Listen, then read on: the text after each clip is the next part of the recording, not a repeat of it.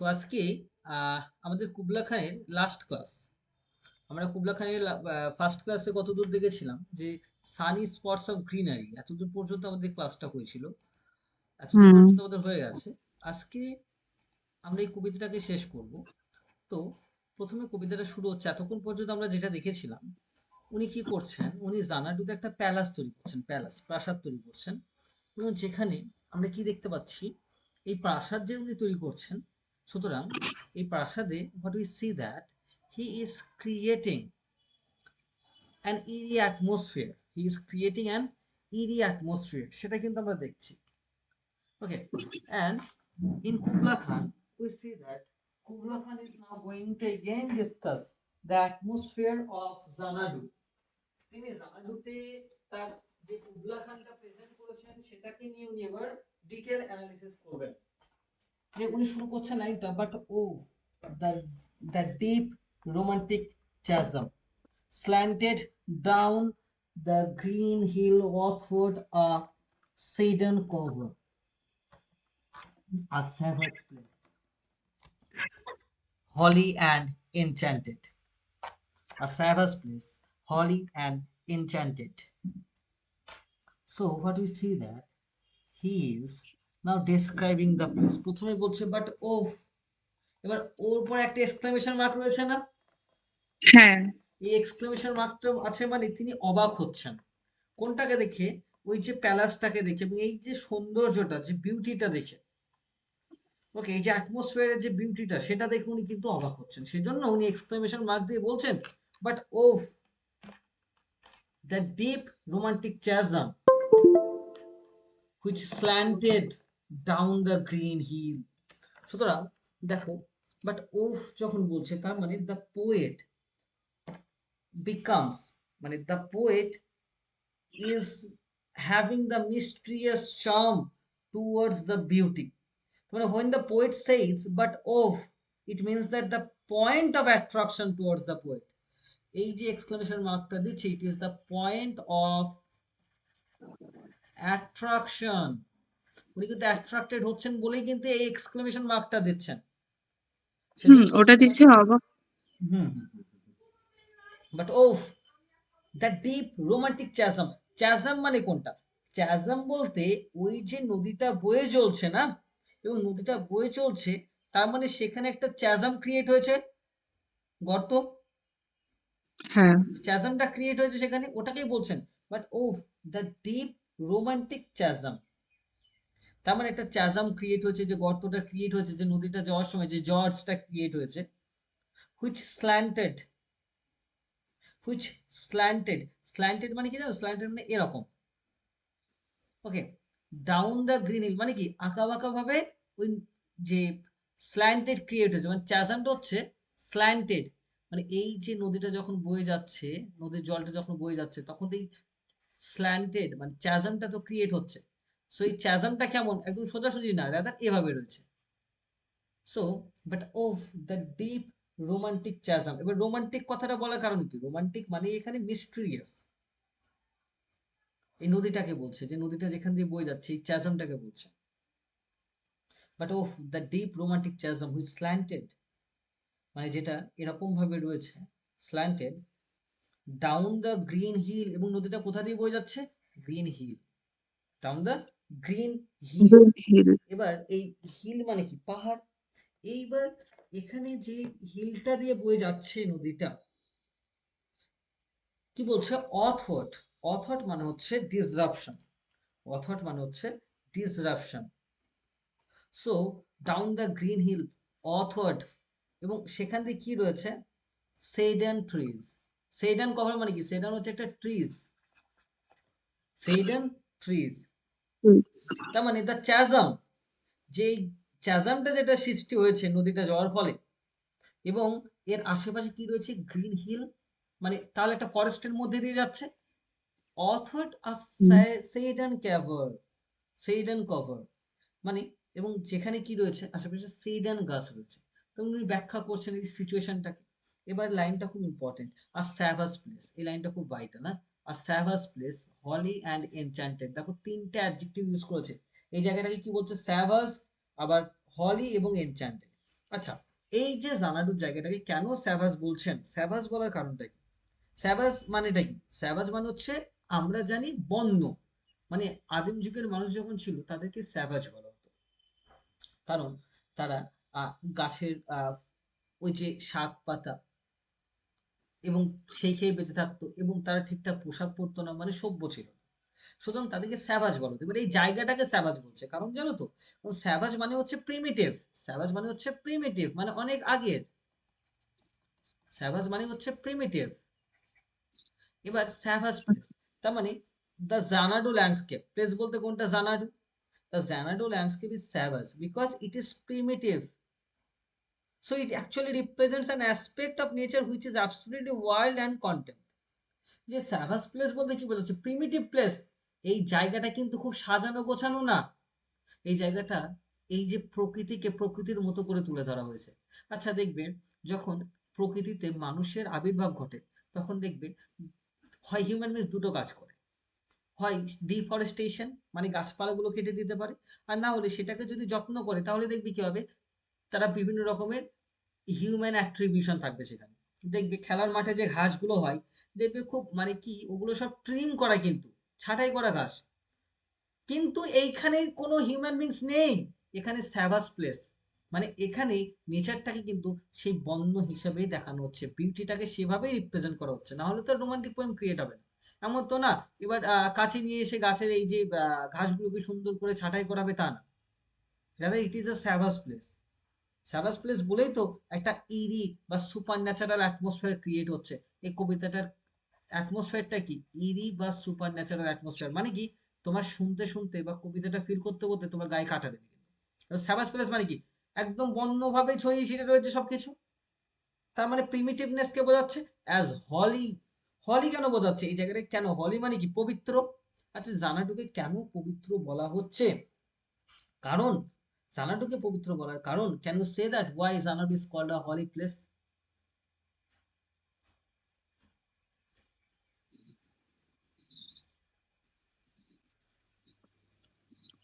Because, because তুমি যখন জানাটুতে যাচ্ছ, মানে কোল্ডিজ যখন জানাটুতে যাচ্ছে, সেখানে আমরা কি দেখতে পাচ্ছি? কোল্ডিজ যে একটা পিলগ্রিমেজ ক্রিয়েট করছে, যেন একটা তীর্থযাত্রায় যাচ্ছে, পিলগ্রিমেজে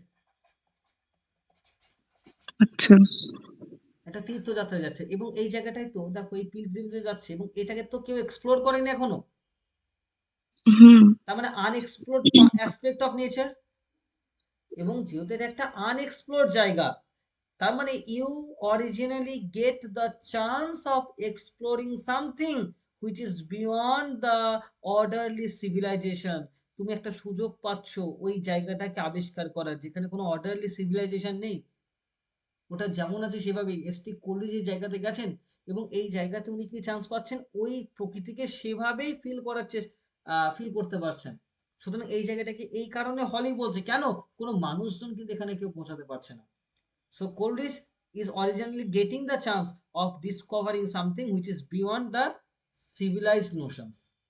সেই কারণে হলি, তাই তো? আচ্ছা। এনচ্যান্টেড কেন? এনচ্যান্টেড কেন? এনচ্যান্টেড মানে কি? অসাধারণ। মানে as it is absolutely new, যেটা কবির কাছে অ্যাবসলিউটলি নিউ, নতুন। ফর দ্যাট রিজন, এবং তোমার কাছে যেটা নতুন হবে সেটা যদি খুব দেখতে সুন্দর হয়, তাহলে তুমি তো এনচ্যান্টেড হয়ে যাবে, মানে মুগ্ধ হবে। সেজন্য বলছে অ্যান্ড এনচ্যান্টেড, মুগ্ধ। তার মানে the poet is enchanted in exploring what is absolutely new to him. তার কাছে যেটা absolutely new সেটাই তার কাছে enchanted, মুগ্ধ হচ্ছেন। বোঝা গেল স্যাভাজ কেন, হলি কেন এবং enchanted কেন? হ্যাঁ, বুঝতে ওকে, পেরেছি। তো যখন পড়াবো খাতাটা নিয়ে বসবে, নোট ডাউন করবে মেন মেন পয়েন্টস গুলো। As ever beneath a waning moon was haunted, এবং এখানে একটা ওয়ান্ডারফুল লাইন রয়েছে দেখো। As ever beneath, beneath মানে কি? নিচে। A waning moon, waning moon was haunted. ওয়েনিং মানে হচ্ছে ফেডিং। যে ফেডিং মানে কি? ফেড হয়ে যাওয়া, বিবর্ণ হয়ে যাওয়া। সো বলছে ওই যে ফেড হয়ে যাওয়া চাঁদের নিচে, অ্যাজ এভার বিনিথ আ ওয়েনিং মুন। তার মানে কি? ওয়েনিং মানে কি? ফেডিং। এবার যে চাঁদটা ফেড হয়ে গেছে, তার মানে একটা সুপার ন্যাচারাল অ্যাটমসফিয়ার বা ঘোস্ট অ্যাটমসফিয়ার ক্রিয়েট করছে না? ঘোস্টলি। হুম, এই চাঁদটা কিন্তু খুব আলো দিচ্ছে তা নয়, রাদার ফেডিং মুন বা ওয়েনিং মুন, আধো আধো আলো দিচ্ছে। এটাই তো রোমান্টিসিজম ক্রিয়েট হচ্ছে, এখানেই তো ঘোস্টলি অ্যাটমসফিয়ার বা সুপার ন্যাচারাল অ্যাটমসফিয়ারটা ক্রিয়েট হচ্ছে, বা ইরি অ্যাটমসফিয়ারটা ক্রিয়েট হচ্ছে। As ever beneath the waning moon, ওই যে ফেড হয়ে যাওয়া চাঁদের নিচে ওয়াজ হন্টেড। তার মানে এই জায়গাটা যেন হন্টেড হয়ে গেছে। হন্টেড মানে কি? হন্টেড মানে হচ্ছে ভয় পেয়ে যাওয়া, বা একটা সিচুয়েশন যেখানে একটা ঘোস্টলি অ্যাটমসফিয়ার ক্রিয়েট হওয়া। কেন? এই চাঁদের নিচে কি হচ্ছে যে সিচুয়েশনটা হন্টেড হয়ে গেছে? দেখো, by woman wailing for her demon lover. কেন একজন মেয়ে ওয়েলিং, ওয়েলিং মানে কি? ক্রাইং, চিৎকার করছে। কেন? For her demon lover, demon lover. এবার ডেমন মানে কি? দানবিক বা দানব। এখানে দেখতে পাচ্ছি একটা সিচুয়েশন বলছেন, কোলরিজ বলছেন যে উনি কি দেখছেন, ওই জানাডুতে চাঁদের নিচে একজন মহিলা, সে চিৎকার করছে। কার জন্য? একজন ডেমন লাভারের জন্য, তাই তো? এবার এই লাভারটা হচ্ছে কি? Demon lover. ডেমন লাভার মানেটা কি? সব থেকে বড় কথা হচ্ছে why the lover is called a demon lover. কেন? সেটা বুঝতে হবে সবার আগে। Why the lover is called a demon lover. প্রথমত দেখো, এখানে একজন মহিলা যখন তার প্রেমিকের জন্য কান্না করছে, তার মানে দ্য ওম্যান ইজ ক্রিয়েটিং, বা the woman is haunting the place. একটা সিচুয়েশনটা তো অবভিয়াসলি একটা হন্টিং অ্যাটমসফিয়ার। এবং দেখো, মানে in this place we see a woman, মানে দেখো চাঁদের নিচে কেন সে কান্নাটা করছে? কারণ একটা লিবারেশন পাচ্ছে। মানে this place provides a liberation to a woman who is wanting to express her emotions. এবার দেখো, কেন লাভারকে ডেমন বলা হচ্ছে? দেখো, lover as he is a male, lover is a male, so the demonic force of hyper masculinity, the demonic force of hypermasculinity makes the lover demon. So what you see that the woman is actually wanting, or is actually willing for the sexual pleasure for from his beloved, from his lover. So the woman demon lover কেন? Mail, যেহেতু একজন mail, সুতরাং মেলের মধ্যে কি আছে? একটা hyper masculinity রয়েছে। মেলের মধ্যে একটা হাইপার ম্যাসকুলিনিটি থাকে। হাইপার ম্যাসকুলিনিটি মানে কি? হাইপার ম্যাসকুলিনিটি মানে হচ্ছে যে মেল ইগো, মেল ইগোকে রেফার করছে। Okay, so by woman wailing for a demon lover, যে সেটা মেল ইগো, সেই জন্য লাভারকে ডেমন বলা হচ্ছে, দানবের মতো। ওকে, অ্যান্ড তাহলে দেখতে পাচ্ছি এখন সিচুয়েশনটা কি? চাঁদের নিচে একজন মহিলা, মানে she is wailing or crying for her lover. এই জায়গায় দাঁড়িয়ে একটা অ্যাটমসফিয়ার, ঘোস্টলি অ্যাটমসফিয়ার তৈরি হচ্ছে। And from this chasm, and from this chasm, এই যে চ্যাজমটা থেকে, এই যে নদীটা বয়ে চলছে, যে গর্তটা ক্রিয়েট হচ্ছে, এই যে চ্যাজমটা থেকে, with ceaseless turmoil seething. Ceaseless turmoil মানে কি? কন্টিনিউ। সিজলেস মানে কি? কন্টিনিউ। আর টার্মোয়েল মানে কি? একটা হইচই বা আনরেস্ট বলতে পারি ইংরেজিতে। সো আমরা দেখতে পাচ্ছি এই যে from this chasm with ceaseless turmoil seething, তার মানে এই চ্যাজমটা থেকে কন্টিনিউয়াসলি তো ওখানে জল চলছে, তাই না? মানে জল তো কন্টিনিউয়াসলি বয়ে চলছে, মানে মুভমেন্ট অফ দ্য ওয়াটার, সেটা কন্টিনিউয়াসলি চলছে। সেটাই বলছে as if this earth in fast thick pants are breathing.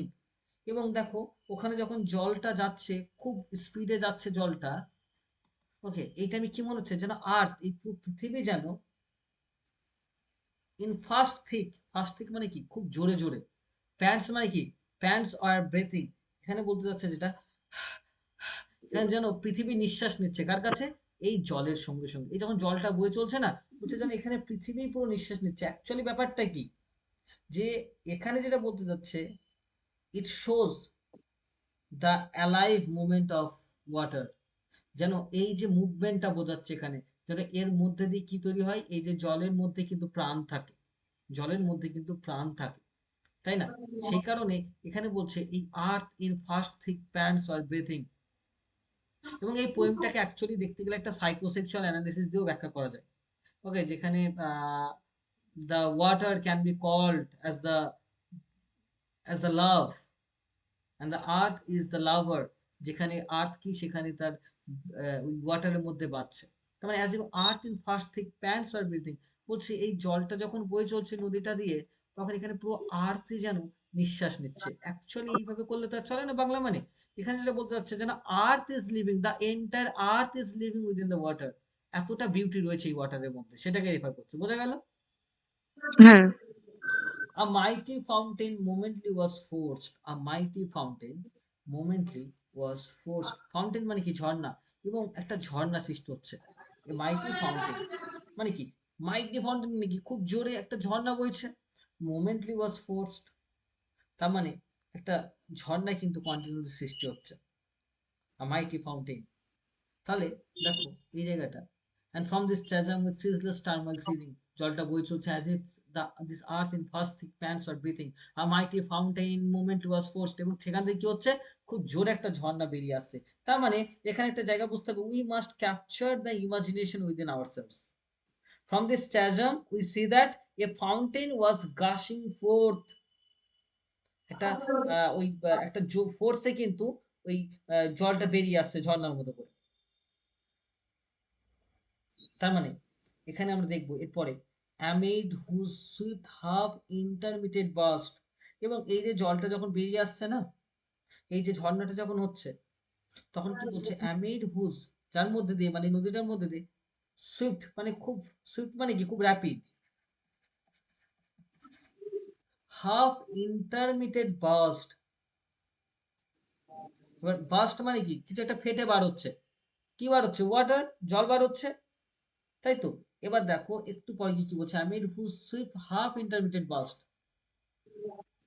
যে এই জলের মধ্যে থেকে খুব জোরে কিছু একটা বার হচ্ছে, দেখা যাক, হিউজ ফ্র্যাগমেন্টস, হিউজ ফ্র্যাগমেন্টস কি বার হচ্ছে ঝর্ণার জল থেকে, ছিটকে যাচ্ছে চারিদিকে, ছিটকে যাচ্ছে কি হিউজ ফ্র্যাগমেন্টস, মানে কি রক, ছোট ছোট পাথর। এই যখন ঝর্ণাটা বেরিয়ে আসছে ওখান থেকে ছোট ছোট পাথর যেন ছড়িয়ে যাচ্ছে, এই যে ছোট ছোট পাথর চারিদিকে ছড়িয়ে যাচ্ছে না, it actually represents the imagination, কবির কল্পনাকে রেফার করছে এটা। So huge fragments vaulted like rebounding hill, এবং ভল্টেড লাইক রিবাউন্ডিং হিল মানে কি, মানে বাউন্সিং, বাউন্স করছে, চারিদিকে ছিটকে পড়ে যাচ্ছে, এরকম ভাবে পাথরগুলো ছিটকে ছিটকে চলে যাচ্ছে, যে বাউন্সিং করছে।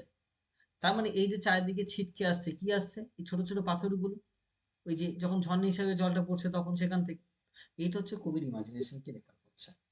ওকে, মানে as if the imagination is going out, সেটাই দেখাচ্ছে। এবার দেখো অর শ্যাফি গ্রেইন, এবং ব্যাখ্যা করছে কিভাবে এই যে জলটা যখন বয়ে চলছে, জল থেকে তার পাথর ছড়িয়ে ছিটিয়ে বেড়াচ্ছে এরকম ভাবে, এটাই তো বিউটি কবিতার। এবং বলছে এটাকে কিসের সঙ্গে তুলনা করছে দেখো, আর শ্যাফি গ্রেন, শ্যাফি গ্রেন বলতে যে গ্রামে যখন দেখবে আগে কি হতো, ধান ঝাড়াই করা হতো, তখন দেখবে মেশিনে ধান ঝাড়াই করা হতো। এবার ধান ঝাড়াই করা হলে কি হতো, যে ধানের যে ছিটাগুলো হয় না, ওগুলো ছড়িয়ে দূরে চলে যেত। যখন মেশিনে ওই পুরো ধানটাকে রেখে দিত, সঙ্গে সঙ্গে কি হতো, ধান ঝাড়াই করার সময় ওই ধানটা ওই দূরে চলে যেত, যে শেফি শেফি গ্রেইন বলা হয় এটাকে। বলছে এই থ্রেশার সেল, থ্রেশার সেল মানে কি, এই যে ধান ঝাড়াই করা মেশিন, বলছে যখন ধান ঝাড়াই করা মেশিনে যেমন ওই যখন ধান ঝাড়াই করা হয়, যেমন ধানগুলো দূরে এরকম ছড়িয়ে ছিটে চলে যায়, ঠিক তেমন ভাবে এই ফাউন্টেন থেকে পাথরগুলো এরকম ভাবে ছড়িয়ে ছিটে চলে যাচ্ছে। বোঝা গেল? এই জায়গাটা কিন্তু একটু টাফ এই কবিতাটার, যেখানে খুব মারাত্মক পরিমাণ ন্যাচারাল ইমেজরি কিন্তু উনি ইউজ করেছেন। Okay, and mid this dancing rocks, আচ্ছা ডান্সিং রক্স মানে কি বলতো দেখি,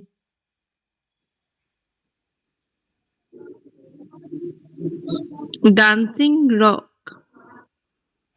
রক মানে কি, ওই পাথরগুলো, ওই যে ছোট ছোট পাথরগুলো ছড়িয়ে ছিটে যাচ্ছে না, যেন নাচ করছে, হ্যাঁ, ছড়িয়ে ওটা। ছিটে পাথর যেগুলো চলে যাচ্ছে এদিক ওদিক, কি বলছে, and amid this dancing rocks, এই যে ছোট ছোট পাথরগুলো চারিদিকে ছড়িয়ে যাচ্ছে, at once and ever, at once and ever মানে কি, মানে অ্যাট ওয়ান্স অ্যান্ড এভার মানে সাডেনলি, হঠাৎ করে যখন এই পাথরগুলো চারিদিকে ছড়িয়ে ছিটিয়ে যাচ্ছে, it flung up momental, it flung up momently the sacred river,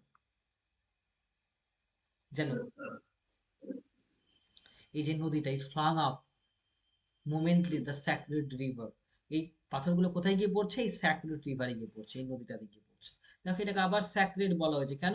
উনি একটা ওয়ার্ল্ড অফ দ্য আইডিয়াল বা ওয়ার্ল্ড অফ ইমাজিনেশন তৈরি করতে যাচ্ছেন, ওখানে কিন্তু সবকিছু স্যাক্রেড মানে পবিত্র হবে কিন্তু, ওই কারণে বললেন স্যাক্রেড রিভার। তাহলে এতক্ষণ পর্যন্ত উনি কি ব্যাখ্যা করলেন? যে একটা ফাউন্টেন সেখান থেকে চারিদিকে ছড়িয়ে ছিটিয়ে যাচ্ছে, যে এই যে ছোট ছোট পাথরগুলো সেটা শেষে গিয়ে নদীতে পড়ছে। এটা অ্যাকচুয়ালি কি বোঝাচ্ছে? এটা অ্যাকচুয়ালি এনার্জিকে বোঝাচ্ছে, ক্রিয়েটিভ এনার্জিকে বোঝাচ্ছে বা ইমাজিনেশন। কবির ক্রিয়েটিভ এনার্জি যেমন যেন এভাবে ছড়িয়ে ছিটিয়ে পড়ছে, ওই ইমাজিনেশনকে রেফার করছে। 5 miles meandering with a mazy motion। 5 miles মানে 5 মাইল দূরে, মেন্ডারিং মানে কি? আঁকা বাঁকা, হ্যাঁ, উইথ টুইস্টিং বলতে পারো, উইথ আ মেজি মোশন, সরি, এখানে এই মেজি মানে এটা টুইস্টিং হবে, আর মেন্ডারিং মানে কি? ফ্লোয়িং, বয়ে যাচ্ছে। সো 5 miles মেন্ডারিং উইথ আ মেজি মোশন মানে 5 মাইল ধরে এই নদীটা যেন বয়ে চলছে। কোথায় দিয়ে? Through would. উড মানে কি? হুম, আরেকবার রিপিট করেন। উড মানেটা কি? উড তো কাঠ। কাঠ। অ্যাকচুয়ালি যেটা বলছে, এই নদীটা তো কাঠের মধ্যে দিয়ে বয়ে চলে না, এটা ফরেস্ট কে মানে জঙ্গলের মধ্যে দিয়ে নদীটা বয়ে চলছে সেটাকে রেফার করছে। সো থ্রু উড, আচ্ছা। জঙ্গলের মধ্যে দিয়ে নদীটা বয়ে চলছে। অ্যান্ড ডেল, ডেল মানে হচ্ছে ভ্যালি, ডেল মানে হচ্ছে ভ্যালি। উপত্যকা। হ্যাঁ, এই যে ফরেস্ট এবং ভ্যালি, এগুলোর মধ্যে দিয়ে কিন্তু নদীটা বয়ে চলছে। দেখো দ্য স্যাক্রেড রিভার র্যান, এই নদীটা কোথা দিয়ে বয়ে যাচ্ছে? জঙ্গল এবং ভ্যালির মধ্যে দিয়ে নদীটা বয়ে চলছে, মানে ওয়ান্ডারফুল একটা ইমেজারি ক্রিয়েট করছেন উনি কবিতাটা এর কিন্তু। আগেও তো যে হুম, ছিল যে গ্রিন রক, মানে সবুজ পাহাড়ের কথা বললো নাকি? অবভিয়াসলি ওটা আগেও আরেকবার একবার বলবে। বলেছিল, আগেও একবার বলেছিল, এটাই হচ্ছে কারণ যে উনি এই রেফার করছেন যে নদীটি সবুজ জঙ্গলের মধ্যে দিয়ে বয়ে চলেছে, মানে ওয়ান্ডারফুল একটা ও অ্যাটমসফিয়ার আচ্ছা। ক্রিয়েট করছেন। তারপরে কি বলছে? দেন রিচড দ্য ক্যাভার্নস, তাহলে নদীটা কোথায় গিয়ে পৌঁছালো? একটা ক্যাভার্নস, কেভে গিয়ে। মেজারলেস টু ম্যান, আগেও দেখবে এটা ছিল হুম। যে নদীটা এবার আবার গিয়ে একটা কেভে পৌঁছালো। মেজারলেস টু ম্যান মানে কি? যেটা মেজার করা যায় না, human beings can not penetrate.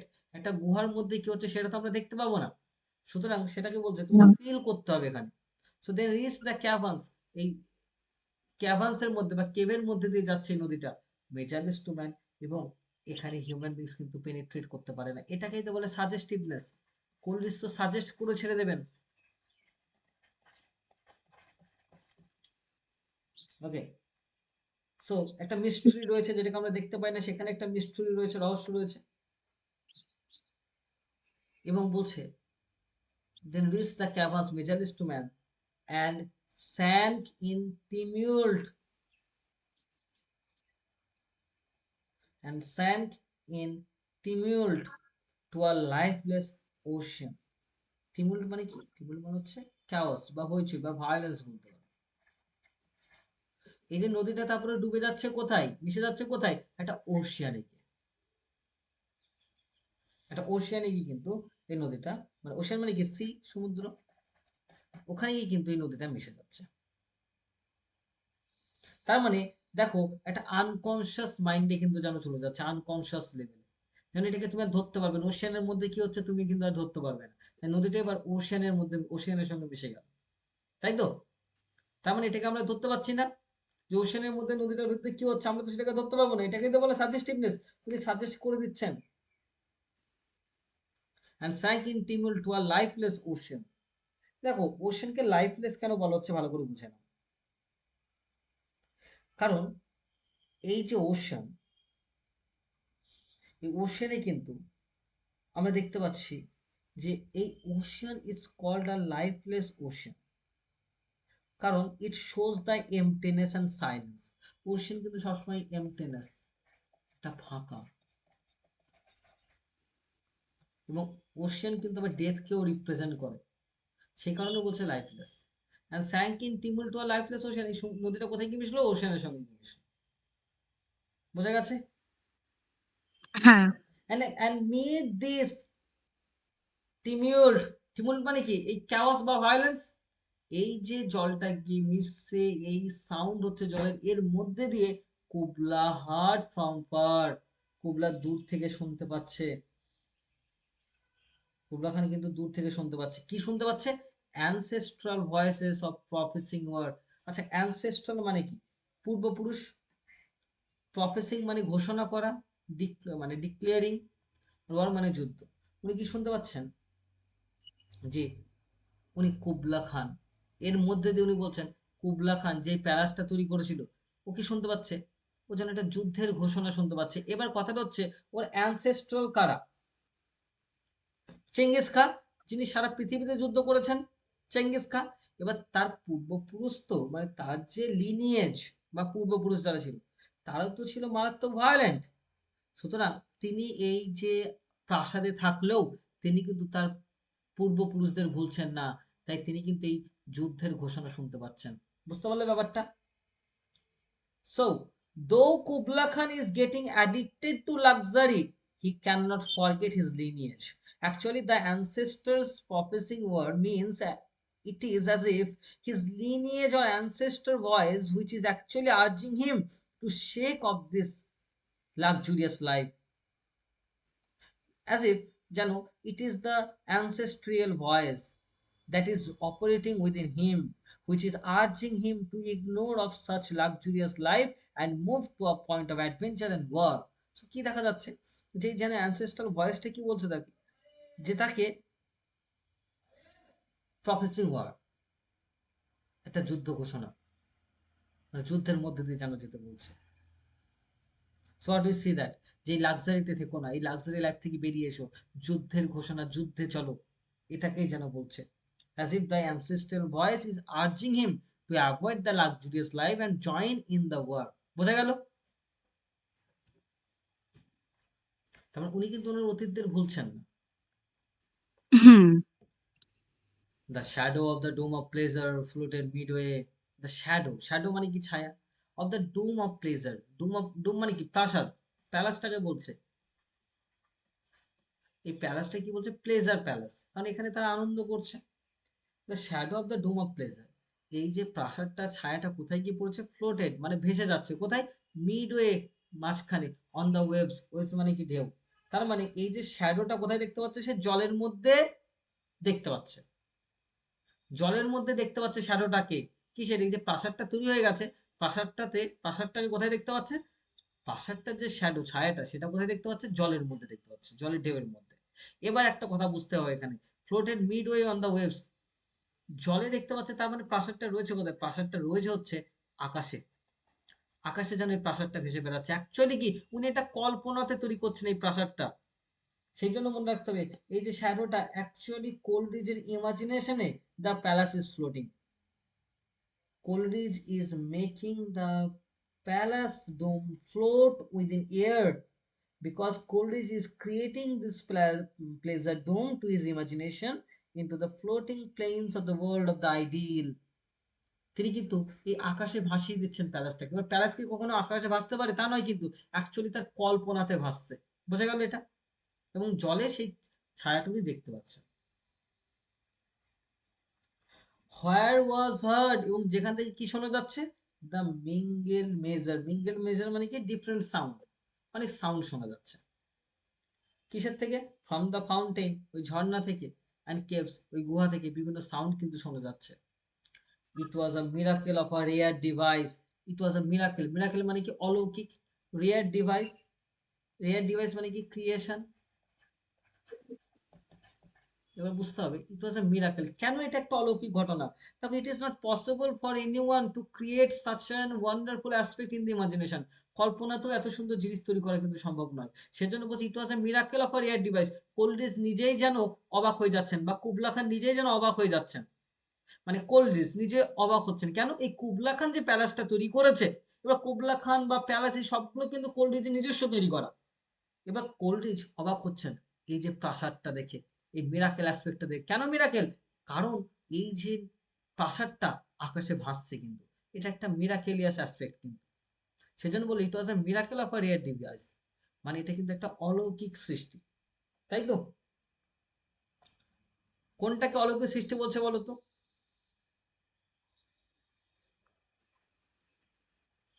এই যে প্রাসাদটাকে, প্যালেসটাকে। A আচ্ছা। sunny, a sunny pleasure dome with caves of ice. আমি কি দেখতে পাচ্ছি এবং সেখানে এই যে সানি প্লেজার ডোম, ডোম মানে কি প্রাসাদ, প্রাসাদটা কেমন, হুম, সানি প্লেজার, মানে সূর্যের রশ্মি পড়ছে বলে সানি বলছে, হ্যাঁ। সানি প্লেজার, সূর্যের রশ্মি পড়ছে বলে, উইথ কেভস অফ আইস। এবার এখানে একটা খুব ইম্পর্টেন্ট জায়গা রয়েছে, এই প্রাসাদটাকে বলছে sunny pleasure with caves of ice, তাহলে কেভস মানে কি, গুহা। গুহা। এবার এখানে কি রয়েছে, খুব ইম্পর্টেন্ট জায়গা, আইস রয়েছে, আবার সাথে বলছে সানি, এই দুটো জিনিস, বরফও রয়েছে এবং সূর্যের রশ্মিও রয়েছে। এটা কি হতে পারে, নিশ্চয়ই না, দুটো প্যারাডক্সিক্যাল, এটাকে বলে প্যারাডক্স, দুটো আলাদা আলাদা idea. A sunny pleasure dome with caves of ice, যে এটা একটা আলাদা দুটো আইডিয়াকে একসঙ্গে করে দিয়েছে উনি। এবার এই জায়গাটাকে কেন, কারণ দিস ইজ আ মিরাকেল, এটাই তো একটা আশ্চর্য জিনিস, যেখানে we see a juxtaposition, we see a juxtaposition, মানে একসঙ্গে মিশে গেছে, we see a juxtaposition of winter and summer. কারণ সানি মানে কি সামার, আর আইস মানে উইন্টার, এই দুটো কিন্তু একসঙ্গে মিশে গেছে, সূর্যের তাপও লাগবে, আবার বরফও তুমি দেখতে পাবে এই জায়গাটা। সেই জন্য দেখতে আগে বলেছিল এটা একটা মিরাকুলাস অ্যাসপেক্ট। বোঝা গেছে?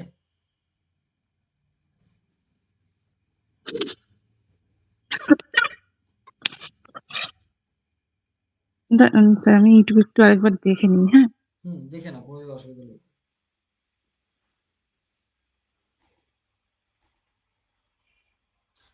হুম, 1 মিনিট দেখে নাও, তারপর আমি ওয়েট করছি, হ্যাঁ?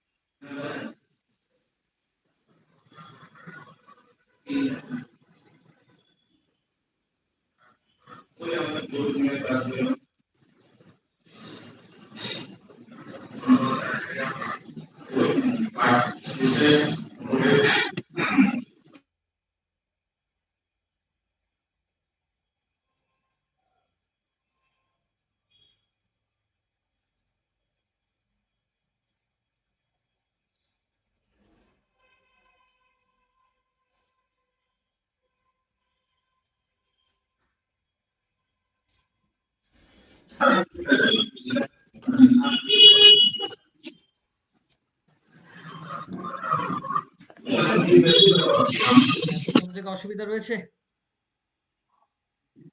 স্যার স্ক্রিনটা তো দেখা যাচ্ছে না।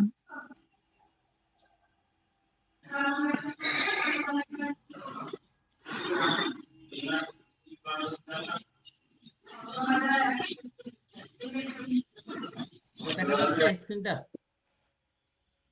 না, এবার দেখা যাচ্ছে।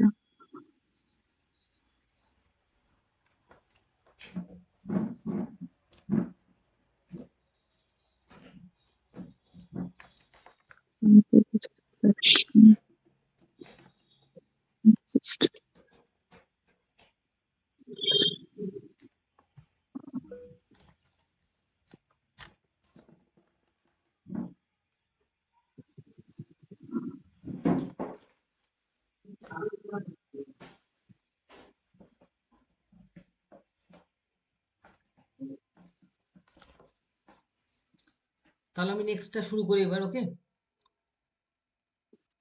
আচ্ছা। এই যে জায়গাটা বলছে এবার, একটা ওয়ান্ডারফুল অ্যাসপেক্ট এবার আসবে, কবিতাটা প্রায় শেষের দিকে আসছে এবার, হ্যাঁ? হুম। যে damsel with a dulcimer in a vision once I saw.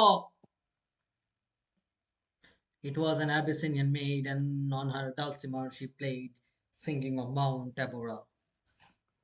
আমরা দেখতে পাচ্ছি ড্যামসেল মানেটা কি, সবার আগে সেটা বুঝতে হবে।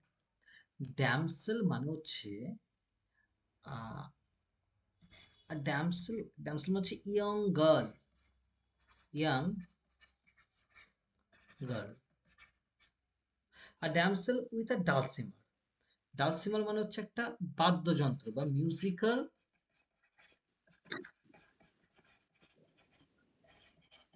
ইনস্ট্রুমেন্ট।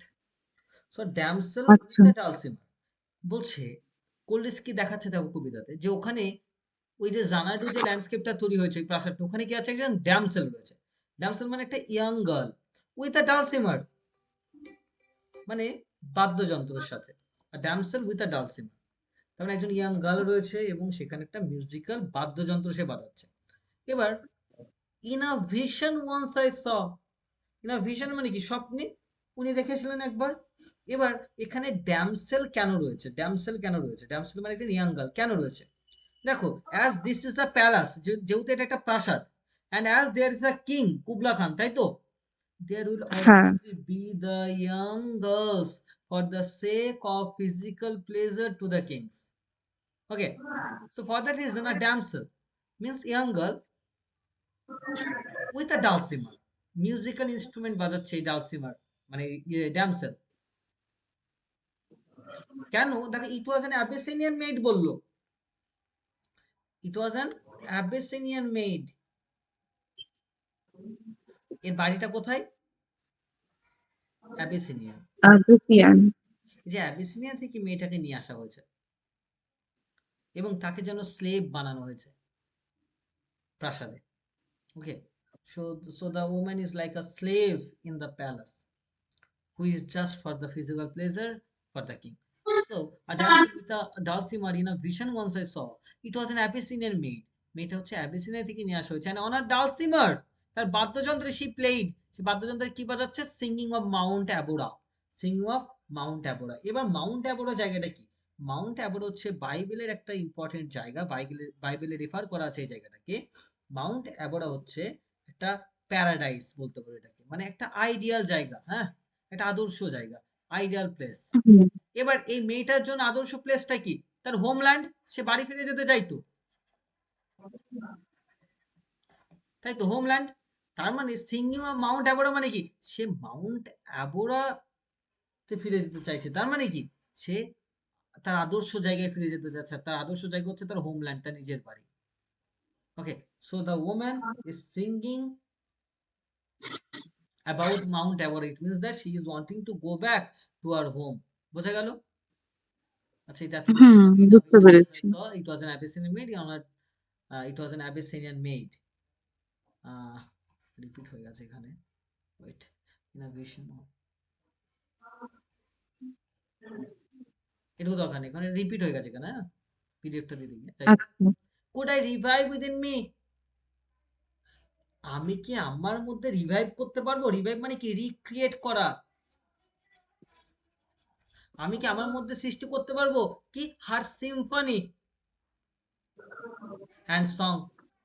হার সিম্ফনি মানে কি, তার মিউজিক, সে যে মিউজিকটা তৈরি করছে সেটা কি আমি তৈরি করতে পারবো, কে বলছে, কোলরিজ বলছে। কেন, কোলরিজের ক্ষেত্রে মিউজিক বা সং বলতে কি, তার পোয়েট্রি, হুম। আমি কি এই ধরনের, আমার কবিতা থেকে আমি এই ধরনের সিম্ফনি আনতে পারবো, মানে তার মতো করে মিউজিক আনতে পারবো। কেন, কবিও তো একটা আইডিয়াল ওয়ার্ল্ডে যেতে চান,